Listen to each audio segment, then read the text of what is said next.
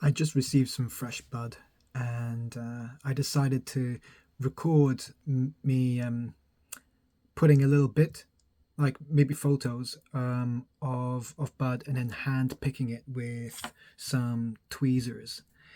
And I didn't show the process, but I showed like the before and after, and then I showed after it was vaped as well, ejecting it from the little capsule. Anyway, I got into details about like what I was doing in that moment, and it only took a few minutes. And it's just a careful and meticulous process. And I decided to record that. And as I was watching it back, I was thinking, oh, this is it's kind of like tantalizing to watch because you're really getting into the nitty gritty of what I kind of, I don't know, I geek out on. There's definitely an element of me that loves this, like having the tools and having the preparation and dissecting things carefully and understanding the nuances that's involved with anything that you do.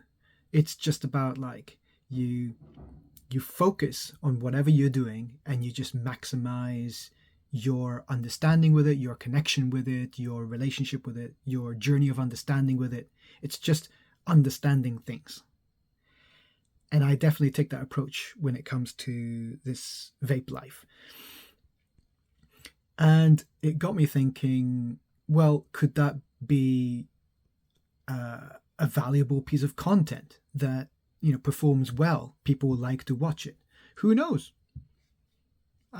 It's worth investigating. And if it's very low cost for me to start doing and just like see if the videos respond well, and then if they do, that might tie into this whole bigger picture about starting some kind of like vlog where I, put myself out there very bravely and stupidly and kind of throwing caution to the wind.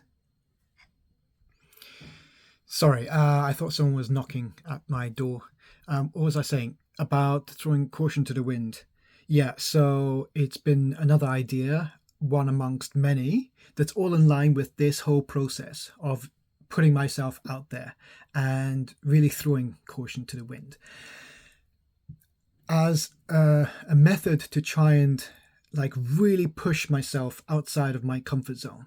I believe that there's so much to be experienced and so much room to grow when you do put yourself outside of your comfort zone. And even if it's a little bit outside, it's great. And then you consistently keep that new habit of pushing yourself into discomfort to learn, to understand yourself more and to understand your environment more, to understand whatever that you're doing more. And it's a process that I've done all my life, I think. And with this, I'm using that tool to understand life and to learn. And I'm pointing that tool, that magnifying glass, into myself. And that's the journey that I've been on for quite some time. And it's coming to a head where it's all being spoken out loud rather than just being in my thoughts. And it's great to go beyond the speculative and start implementing actions that align with, oh, what if, that blue sky dreaming kind of mentality, that optimism. Why not? Like, why I think magic exists, and forms of it. And I think it's only a matter of perception before you realize the trick that the magician has. I think when you understand the actual mechanisms, it does take the magic out of it. But nevertheless, beforehand, you were just enthralled and you were inspired by a form of magic. And so even if you actually realize the truth behind it, the logic, it won't take away from the magic. So then you have to look just beyond to see what is magical for you. And then you investigate and you learn and you understand by following the path that's laid out before you when you zone in and like focus on your dreams, and you allow yourself to not jump in head over heels, but to allow yourself to push yourself outside of your comfort zone and put your hands up and say, okay, I admit I don't know everything. And I solemnly swear to go through this journey with an inquisitive nature and optimism and vulnerability. Show me what you've got to, show me. And what I'm explaining here is a process in my mind when I attune to my higher self, and I attune to a higher frequency, and I receive glimpses of genius and glimpses of just brilliant inspiration. And as I want to document them, because they're not just random ramblings, they're connected, and they are along a coherent theme, a cohesive theme in my life. And it's about the mystical truth or possibility that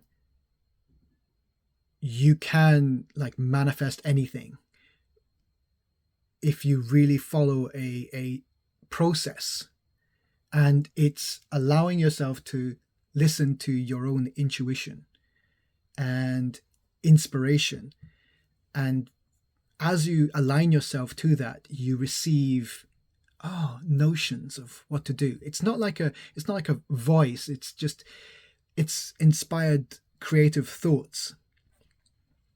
And if you allow yourself to lay them out and talk about them and identify them and give them characters and understand the parts of this like puzzle of inspiration that I'm kind of experiencing just in my mind, just in my emotions. And yeah, as I go on this journey, I realize that I'm like, hang on a minute, there's so much truth here, and there's so much valuable, correct, and accurate insights into the way we are, into ourselves, aspects of ourselves. And I'm able to bring back, like, oh, actually, I can display this in a graphical form. I can lay them out like that and show how they're related and how they're aspects of ourselves that we ought to become more aware of. And once we're aware of them, then we watch them for a while. And once we watch them for a while, we better understand them. And then our relationship changes with that thing, that aspect of ourselves, or whatever that fascinates you in the world. It's that same process of understanding and then having the power of being in a higher point of awareness and along a higher entry into our consciousness.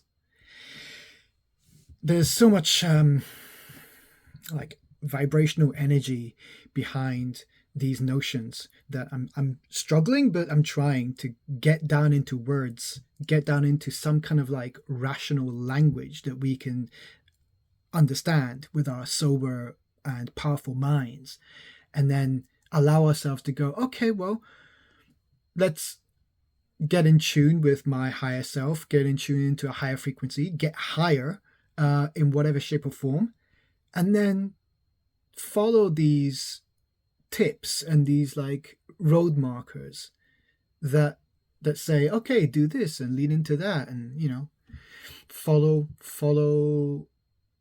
that feeling of whatever it is, and it will start to manifest, and it will start to actually become real. And it's not just hocus pocus, or although it feels like that, it feels so mystical, and every part of our rational mind wants to just dismiss it immediately and put it in a box and chain it up and go, that's dangerous, because if we follow that fully, you'll be moving away from the mind, and the mind is that thing that creates walls and boundaries and identifies things and puts a barrier in between them because and around them, because the definition that we apply, it's like we're constructing these walls and we're saying that is the definition, one thing that's separate, it's segregated. But then once we establish this kind of boundary, this definition of a thing, what if that thing is constantly evolving? Then as a society, we can't, and as a mind, we can't always be on top of where the legitimate, objective boundary of definition is. And so obviously we're going to have so many conflicts when it just comes to communication. And that happens all with the mind. Understanding things and identifying things and putting things into boxes. So we've gotten so far because we can build on that. We can all build on that. And that's the way it's worked. We've succeeded so much throughout life using the power of our minds, right? And then with the ego, this form of entity, this aspect of ourselves that wants to attach and become one with that thing. It wants to control it effectively. It wants to control everything. And ego is not the same as pride. Pride is just a part of ego. Pride is, some kind of like emotion, just like this other spectrum of emotions. But ego is one of the prime aspects, I believe. Ego, high, and let's say will. The names can change, but those three aspects, I consider them prime because they are more dominant. And the three other aspects of mind, spirit, and body, they are secondary, and they are not so fussed about overpowering. And they're usually shared in amongst the three prime aspects. And ego in this context is trying to take control of the mind and own the mind.